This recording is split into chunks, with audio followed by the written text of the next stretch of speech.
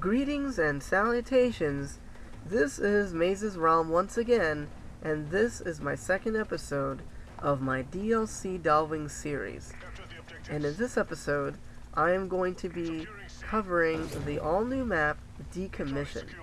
Now, for those of you who remember playing the story in Modern Warfare 3, this setting that Infinity Ward chose for this multiplayer map seems to resemble a mission in which you travel to Somalia in pursuit of an African warlord to follow a lead. Now, for those of you who remember that portion of the story, you'll remember that that particular level took place in a decommissioned shipyard. And in that shipyard, the main characteristics of the gameplay were longer sightlines. And those longer sightlines transition really perfectly into multiplayer. And that's why I think that Infinity Ward chose to revisit that location and add a nice new twist to it and basically put it in a nice little package for multiplayer. And to be honest, it actually works out pretty well on this map. As I mentioned before, the long sightlines transition really well. So this map is all about controlling those long sightlines. And unlike a lot of the other maps that have been released for the DLC in the past, this map has more visible choke points than I can remember any other DLC map having up to this point. A lot of the other maps have more wide open areas that aren't as easy to control. A good example of that is the map Liberation.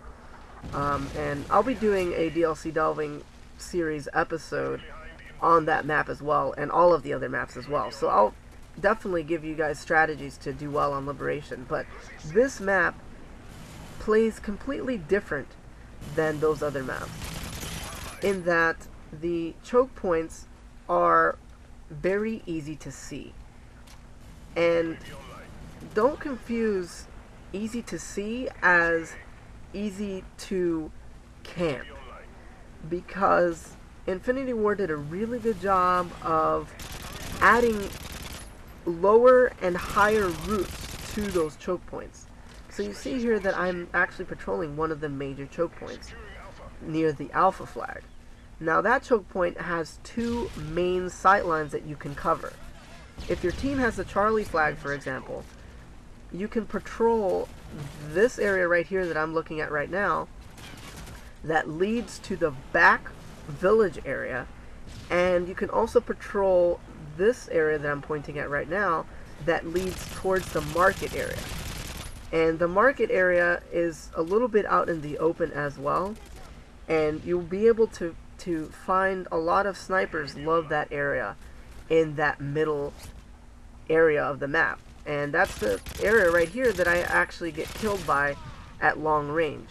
So for those of you who really enjoy sniping, this ship right here in the center of the map is very good for sniping.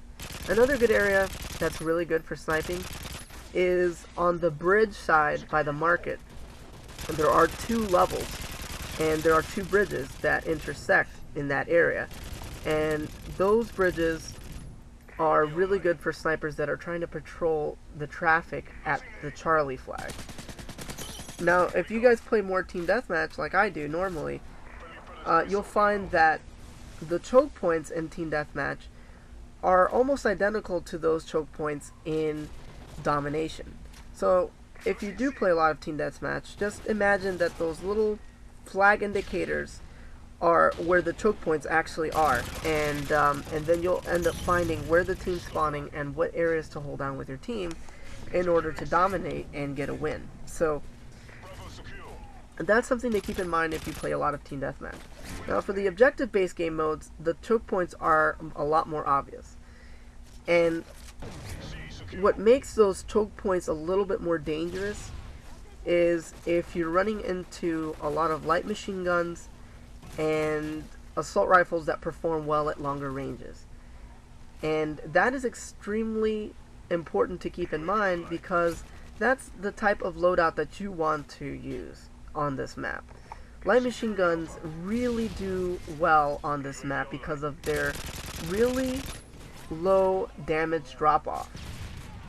They deal a lot of damage at longer ranges, and they still are pretty good at closer ranges too. So the light machine gun is kind of a jack of all trades for this map, because if you equip the speed proficiency and you're using the specialist strike package, once you unlock your one-man army or your specialist bonus, you'll be almost as mobile as those with assault rifles.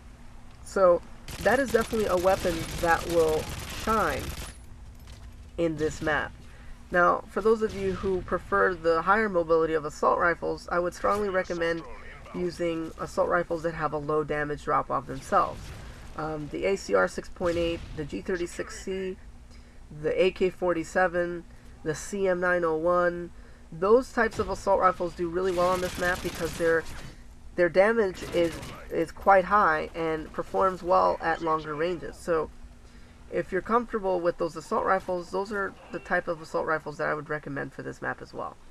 If you like submachine guns and you prefer to use those types of weapons, the area that I'm holding down right now, that middle ship area near the market area, is a very, very good place to hold down with a submachine gun. Excuse me.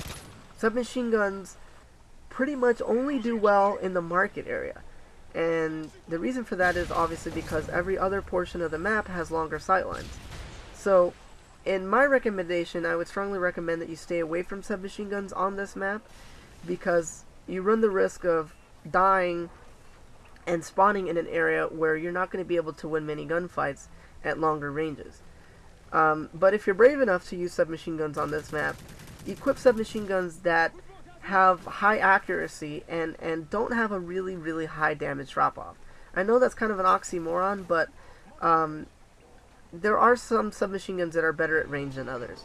A perfect example of that would be the UMP-45, the MP7, and those types of submachine guns. Stay away from the PP90M1. It loses a lot of damage at range, and you just won't be able to put up that much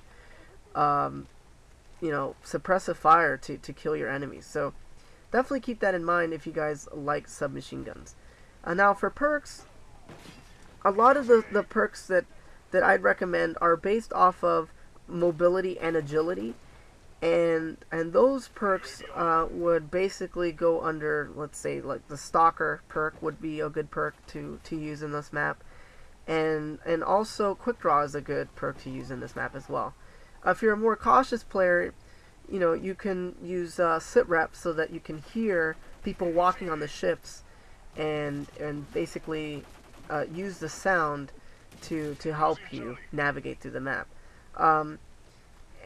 And as I said, another perk that works really well, as I said in my previous episode, I should say, is Recon. Because Recon really helps in that when you fire at an enemy, if you have Recon Pro anyway, you'll mark them on the minimap. And since the choke points are very visual on this map, you'll find yourself being a really good teammate and marking people on the map. So I hope that you guys enjoyed this episode. I hope that you found some useful information on this episode as well. So stay tuned for my next episode where I'll be covering offshore. So until next time, I'm out.